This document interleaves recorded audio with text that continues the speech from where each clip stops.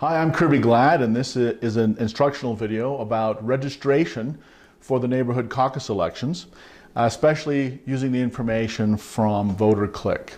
So there are a couple of different ways to register at the caucus, and the purpose of that is three things. First of all, we want to make sure that we're collecting contact information for the people who are coming to caucus. These are our party supporters, they're the ones who are the most active. We want to make sure that the party has a way of contacting them later. And we want to give them information about what's going on and about issues that are important in the Republican Party. The second reason is to make sure that we verify voters. So at the caucus, only certain people are allowed to vote. Refer to your precinct rules. Members of the Republican Party are allowed to vote. Members of other parties are not. So we want to make sure that the people who are here are those who are allowed to vote and allowed to participate, or we know who they are if they're not. And then the third reason is so that we have a credential count. So when we are balloting, if we know that there's 200 people who are authorized to vote, and if we get 210 ballots during the meeting, then we know something's wrong and we need to fix it.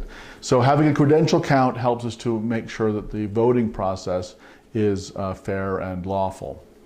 So there are two ways of doing a paper registration. So this is people who have not pre-registered. I'll talk about pre-registration in a moment. They come to the precinct meeting with their photo ID and they're ready to be registered. At a table at the precinct, I've got several stations here with a voter list, a complete voter list of the precinct. Don't try to split one list up into A's, B's, C's, because no one will know what line to stand in. Make sure that all of your registrars have a complete voter list so that any voter can register at any table position. You should have about one registrar for every 25 people you expect to come to your precinct caucus election. In my caucus, we have about 250 people show up, so we're going to have 8 registrars, and they'll each have their own list, so 8 different lists. Make sure that you have those prepared in advance, and of course everyone needs a pen. So with the paper registration, I mentioned there's 2 ways of doing the paper registration. The steps are you get someone's name and their ID, you look them up on the list, that takes a little bit of time. You check their contact information. It may already be on the list, or it may not, or it could be wrong. You want to make sure you collect the correct contact information and then have them sign in. So in the case where, here's an example of someone who's going to come up and register. So next please, just please give me your name and your ID. McCall Glad. McCall Glad, excellent. Okay, what a fine family name you have. All right, let me see, just Glad. Okay, there you are, right? Here, is that you? Yes. Okay, would you just please double check your phone number, and is that your correct address? Yes. Okay, and then would you, I see that your phone number is missing in your email. Could you fill in your phone number and your email for me, please? Mm-hmm. What's the tune for Jeopardy? Da, da, da, da, da, da, da. Perfect, thank you. Is that an A or an E right there? Is that That's an A, perfect, yes. Okay. All right, and then if you'll just sign right there, that'd be great. All right. And then here is your voter credential. Thank you very much. So let me explain what the voter credential is.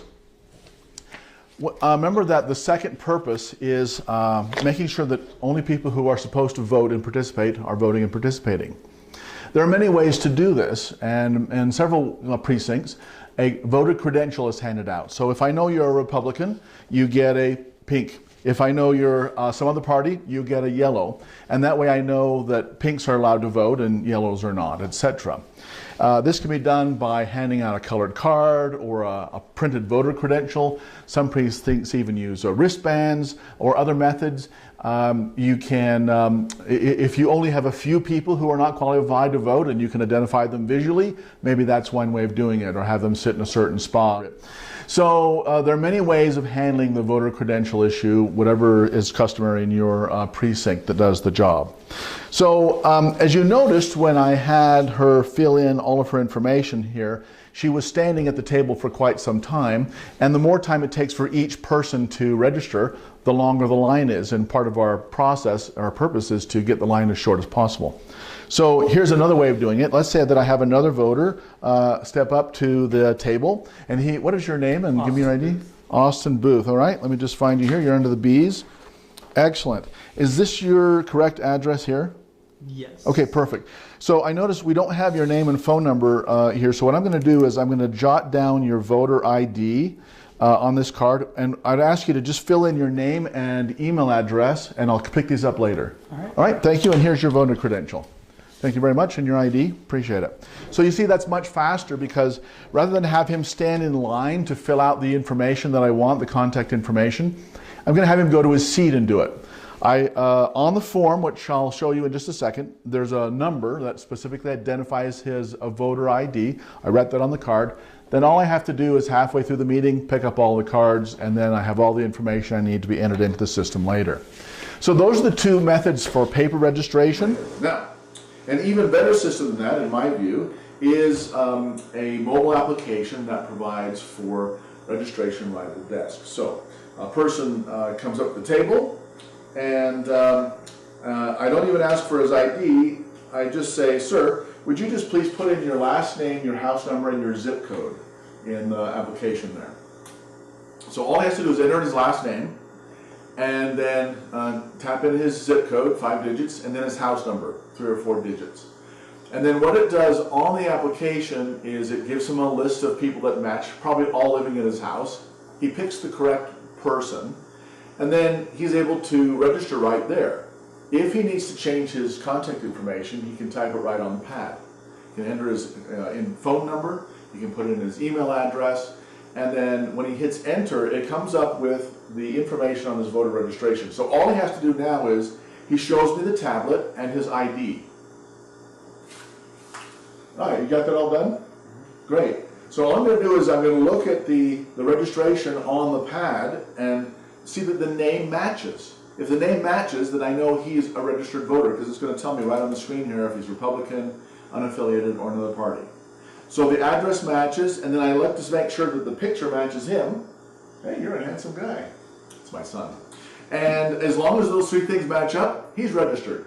No looking through forms, no signing, no picking up papers, nothing else. It's all taken care of. So that is the benefit of the electronic registration. The trick is you've got to have pads. Phones will work also, whether if it's an Android or an iPhone, but a little bit harder to type into because they're so small. But if you have 10 people or 5 or however many registrars you will have, and they're volunteer to bring in their Android pad or their iPad, then you can do all your registration right at the table. You don't even have to have the paper except to do voter registrations if someone wants to register there. There's also the case where someone will come to the table and they want to identify with the Republican Party. You should have some blank voter registration forms. And again, don't have them fill those out at the table. Have them go to another area to fill out the forms. And then when they bring them back, they won't be on the list, of course, because they've only just registered as a Republican. Keep the voter registration and make sure you turn that in with your precinct caucus materials. Now, that covers the paper registration, which, as you can see, takes time. What we want to do during this caucus is to reduce the amount of time that people stand in line. So one of the things that we've developed under the direction of the leadership of the State Republican Party and the State Executive Committee is an electronic registration system. Part of that system is that people can go online and pre-register. That means that they can go to a website, identify themselves, and print out a registration ticket. Again, the purpose of this is to shorten the time for them to get into the meeting.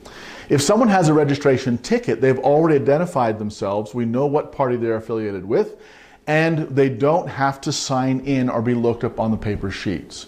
So let me show you how fast that can go. I'm just going to move this table out of the way, and I'm going to put this chair aside, and I'm going to have a special ID checker that isn't at a table. He's just standing by the door checking IDs, saying something like this. Is there anyone in line who is pre-registered? If you're pre-registered, come right here, please. Yes. Okay, you have a paper registration, okay? And on this paper, what it shows is her name and address and her party affiliation. And may I see your ID, please? I check the address on the ID and the name against what's on the ticket, and then I check the picture against her. It's you. Thank you. Thank you, and here's your voter credential. and here's your ID. Thank you. That's all it is. It's just that fast. No looking up on the paper, no filling out information, because they've already done their contact information online. You can also pre-register on a smartphone. So here's an example of somebody now who has their ticket on their smartphone. Thank you. Can I see your ID, please? Right here. All right. That matches. That matches. Here's your voter credential. Thank you very much. Enjoy the precinct meeting. So you see, that's a much faster way of checking people in. They don't have to sign in. They don't have to fill out forms. And we can get a lot of people in that way. All you need to do is have an ID checker who just brings people in and says, who's pre-registered? Bring your tickets right here, and I'll check you in.